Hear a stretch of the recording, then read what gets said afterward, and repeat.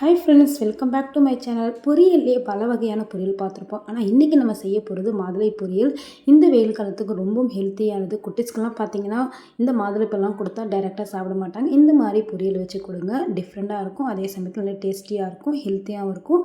கண்டிப்பாக உங்கள் வீடுகளில் ட்ரை பண்ணி பாருங்கள். இப்போ இந்த மாதுளை பொரியல் செய்யறதுக்கு என்னென்ன தேவையான பொருட்கள் பார்த்துடலாம். ஓகே ஃப்ரெண்ட்ஸ், வாங்க இப்போ வீடியோக்குள்ளே போகலாம். மாதுளை பொரியல் செய்கிறதுக்காக நான் ஒரு பெரிய மாதுளையாக எடுத்திருக்கேன். அதுக்கப்புறம் ஒரு வெங்காயம் எடுத்திருக்கேன்.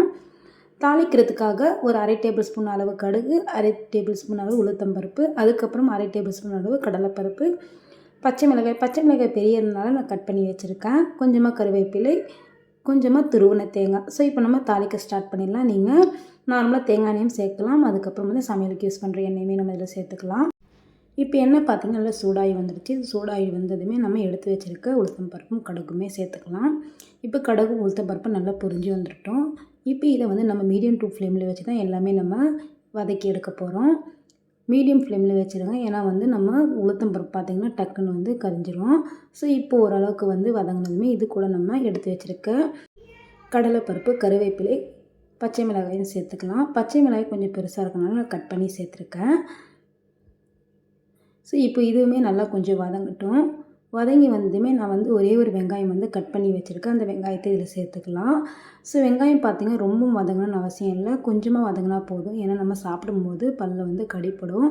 நம்ம சேர்த்துருக்க ஒவ்வொரு பொருளும் பார்த்திங்கன்னா உளுத்தம்பருப்பு, கடலைப்பருப்பு, தேங்காய் இதெல்லாம் பார்த்திங்கன்னா அந்த மாதுளை பழத்தோடு சேர்த்து சாப்பிடும்போது அவ்வளோ நல்ல டேஸ்ட்டாக இருக்கும். கடிப்படுறதுக்குமே நல்லாயிருக்கும். இப்போ இது பார்த்திங்கன்னா மீடியம் ஃப்ளேமில் வச்சு தான் நல்லா இந்த மாதிரி வதக்கி எடுக்கிறேன். கரிஞ்சிடக்கூடாது, லைட்டாக வதங்கினா போதும். இப்போ நம்ம கட் பண்ணி வச்சுருக்க வெங்காயத்தையுமே இது கூட சேர்த்துக்கலாம். இதையுமே மீடியம் ஃப்ளேமில் வச்சு லைட்டாக வதக்கி விட்டுருங்க. ரொம்பவும் வதங்கி வேண்டாம், லைட்டாக வதங்கி வந்தாலே போதும். ஸோ அந்த மாதுளை பழத்தோடு சேர்த்து சாப்பிடும்போது நல்லாயிருக்கும். இந்த வெங்காயமே நம்ம பல்லில் கடிப்படும் போது லைட்டாக வதங்கி வந்ததுமே இல்லை கொஞ்சமாக உப்பு மட்டும் சேர்த்துக்குங்க. சேர்த்ததுமே அதையுமே இந்த மாதிரி லைட்டாக வதக்கி விட்டுக்கலாம். ஒரு 2 நிமிஷம் நல்லா வதக்கி விட்டதுமே நம்ம எடுத்து வச்சுருக்க மாதுளை பழத்தை இதில் போட்டுக்கலாம். கண்டிப்பாக உங்கள் வீடுகளில் செய்து பாருங்கள் ஃப்ரெண்ட்ஸ். இது இந்த மாதுளை பழத்தில் அவ்வளோ நன்மைகள் இருக்குது. சிறியவர்கள் முதல் பெரியவர்கள் எல்லாருமே இந்த மாதுளை பழத்தை சாப்பிட்லாம் ஃப்ரெண்ட்ஸ். கிட்ஸுக்குமே லஞ்ச் பாக்ஸில் இதை நீங்கள் கட்டி கொடுக்கலாம். பொதுவாக நிறைய பேர் பார்த்திங்கன்னா மாதுளை பழத்தை சாப்பிட மாட்டாங்க. ஸோ இந்த மாதிரி நீங்கள் ட்ரை பண்ணி பாருங்கள், கண்டிப்பாக விரும்பி சாப்பிடுவாங்க ஃப்ரெண்ட்ஸ். இப்போ லைட்டாக வதங்கி வந்ததுமே இதில் நம்ம மாதுளை பழத்தை சேர்த்துக்கலாம்.